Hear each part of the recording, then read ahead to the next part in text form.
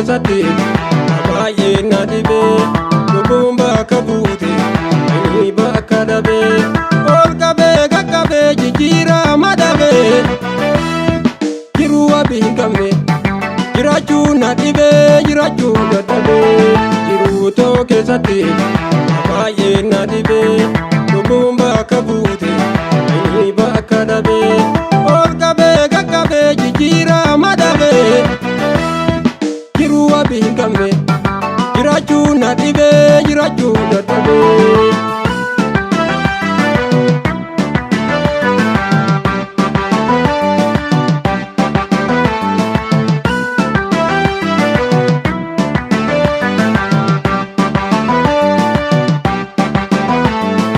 Ayyaanu duraanu jecha maakanii inkalaatti malee injittuu dhugaanii ayni bakka dhabee dharti bakka qabee haga ifa baatu nu midhuu jalqabdee seedaa dabadee.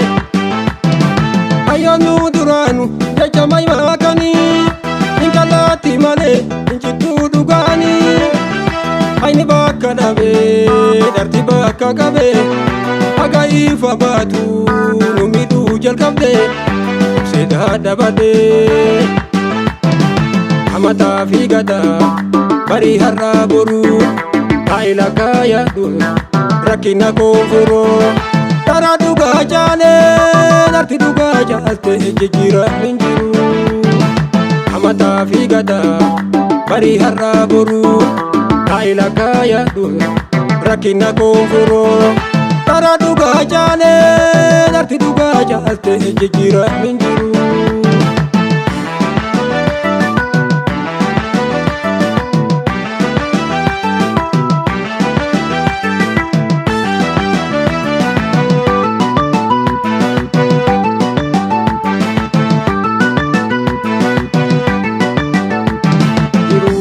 Keessatti baay'ee na dhibee lubbuun bakka buute ani bakka dhabee ol qabee qaqqabee jijjiirama dhabee jiruu wabii hin qabne jiraachuu na dhibee jiraachuu dadhabee jiruu too keessatti baay'ee na dhibee lubbuun bakka buute ani bakka dhabee ol qabee qaqqabee jijjiirama dhabee jiruu wabii hin qabne jiraachuu na dhibee jiraachuu dadhabee.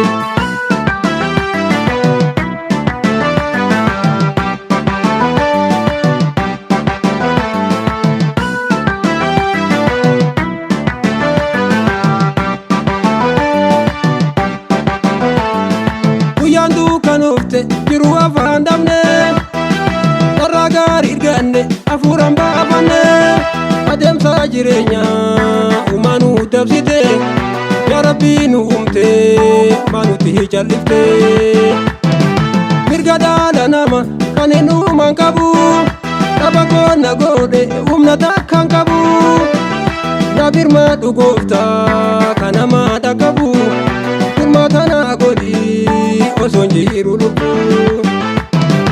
Amataa fi gadaa barii har'aa boruu haayila kaayadhu rakkina koonfuroo dara dhugaa caalee dharti dhugaa caalte jijjiiramni hin jiru.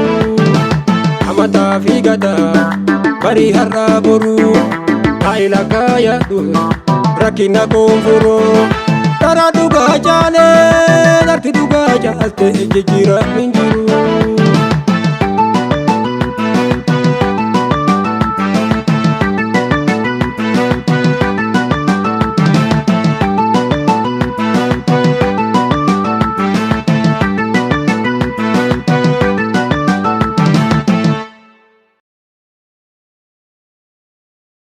YouTube Shallow Haroo Dambal Subscribe nuuf godhaa. Aadaa fi seenaa Shallow Haroo Dambal aadaa fi aartii Oromoo guddisuutti Subscribe ammaan akkan deeggartan kabajaa. Marree Subscribe gochuun nu gargaara. Tooma Subscribe me.